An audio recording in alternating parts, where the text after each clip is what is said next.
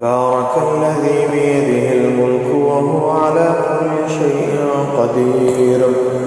الذي خلق الموت والحياة ليبلوكم أيكم أحسن عملا وهو العزيز الغفور. الذي خلق 7 سماوات طباقا ما ترى في خلق الرحمن من تفاوت وارجع البصر هل ترى من فطور ثم ارجع البصر كرتين ينقلب إليك البصر خاسئا وهو حسير. ولقد زينا السماء الدنيا بمصابيح وجعلناها رجوما للشياطين وأعتدنا لهم عذاب السعير. وللذين كفروا بربهم عذاب جهنم وبئس المصير. إذا ألقوا فيها سمعوا لها شهيقا وهي تفور تكاد تميز من الغيظ كلما ألقي فيها فوج سألهم خزنتها ألم يأتكم نذير قالوا بلى قد جاءنا نذير فكذبنا وقلنا ما نزل الله من شيء إن أنتم إلا في ضلال كبير.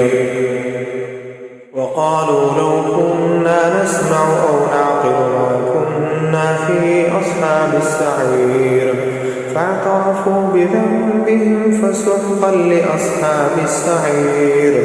إن الذين يخشون ربهم بالغيب لهم مغفرة وأجر كبير. وأسروا قولكم أو اجهروا به إنه عليم بذات الصدور ألا يعلم من خلق وهو اللطيف الخبير. هو الذي جعل لكم الأرض ذلولا فامشوا في مناكبها وكلوا من رزقه وإليه النشور.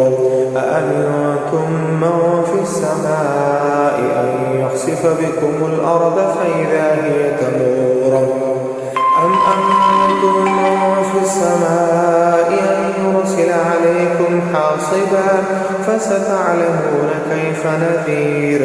ولقد كذب الذين من قبلهم فكيف كان نكير.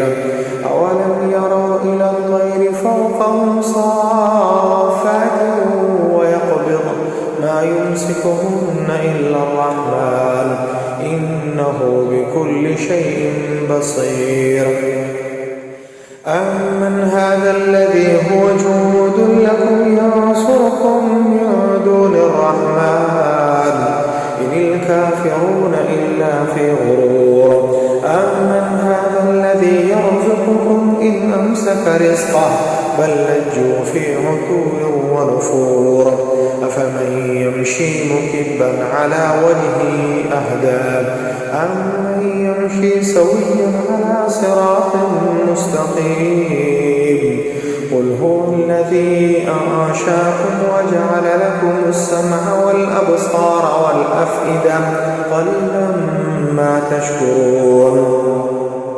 قل هو الذي ذرأكم في الأرض وإليه تحشرون. ويقولون متى هذا الوعد إن كنتم صادقين. قل إنما العلم عند الله وإنما أنا نذير مبين. فلما رأوه زلفة سيئت وجوه الذين كفروا وقيل هذا الذي كنتم به تدعون. قل أرأيتم إن أهلكني الله ومن معي أو رحمنا فمن يجير الكافرين من عذاب أليم. قل هو الرحمن آمنا به وعليه توكلنا فستعلمون من هو في ضلال مبين. قل أرأيتم إن أصبح ماؤكم